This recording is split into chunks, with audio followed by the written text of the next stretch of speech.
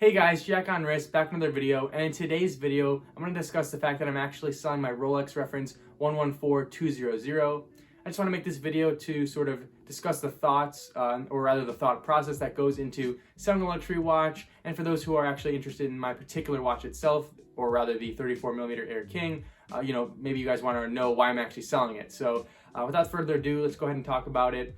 So yeah, I'm selling my Rolex, and I've had it for about 3-4 months, and if you're interested in the review, I'll leave it in the top right corner of the screen.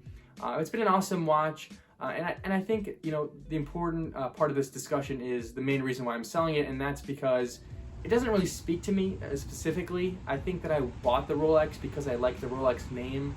I didn't really think about it too much until recently, when I was just sort of looking online for other watches and thinking, wow, all these other watches really speak to me stylistically. I really like how they look, and although I can't say I don't like the way my Rolex looks because it's a great, sleek, awesome watch, I don't particularly love it. It was really just the cheapest modern Rolex I could buy.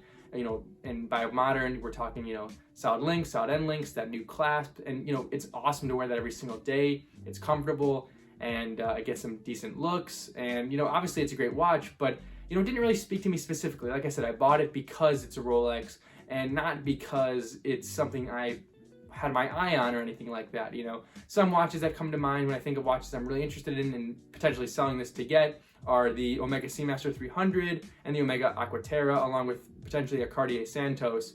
And those are just some of the examples of watches that really speak to me. I mean, there's no real theme there, and those are obviously awesome brands compared to Rolex too, but I definitely bought into Rolex for the name versus what I actually like. And so I'm actually really excited to sell this watch. And another reason for me is that I'm a kid, I'm 19 years old, and I really have enough money to get one watch at a time in terms of a luxury watch. I had a Rolex Thunderbird before this, a vintage one. I wanted something more modern. I sold that to get this Rolex, and now I'm selling this one to get something else. So I kind of used the same money. I flip, hopefully make some money and get something new. So if you're in my position, you can't really, or rather you don't really get too many cracks at it. You pretty much get one shot at what you have at a given time. I obviously have other timepieces. I made a watch collection video if you're interested, but in terms of the main focal point of the collection, it's pretty much one luxury piece. And whether that's the first Rolex that I had, second Rolex, or maybe whatever's next to come, for me it's just one choice. So I had to sort of make a decision and decide whether this particular Rolex is for me or whether I want something else. So and for those who are actually interested in this particular watch, 34mm Air King, like I said earlier in the video, it's a great watch. I would 100% recommend it. If you watched the review, I made a lot of good points about it, or positive points that promote it as a really great watch, and I totally agree with all those points. It's modern quality from Rolex. It's a really sleek watch. If you have a smaller wrist, it looks great every single day. I wore that to work all around. The water resistance is great. You feel confident with it. It's a great watch, but just for me, it's not something that particularly spoke to me, other than the fact that it was just a beautiful watch, but not something that I went out of my way to say, wow, I would like to own that one day.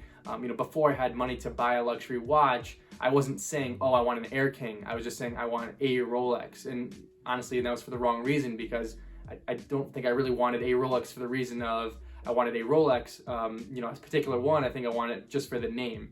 And now there are other Rolexes that I like, of course. There are really nice ones, but in terms of that, bottom, level of Rolex, there's nothing I really wanted. So I think I just went for it anyway, just to say I had one, and that's not really the right way of thinking, in my opinion. So let me know if you guys have a similar thought process or have been through this before, maybe going after watches for the wrong reasons and like other things better. That's pretty much what's going on with me. But yeah, that's pretty much just a little discussion on this, and I'm really curious what you have to say, so please leave a comment below. If you enjoyed this video, I appreciate a like and subscription, and check out my Instagram @JackOnWrist for photos of all my watches. But yeah, that's pretty much it, so thank you, and please subscribe.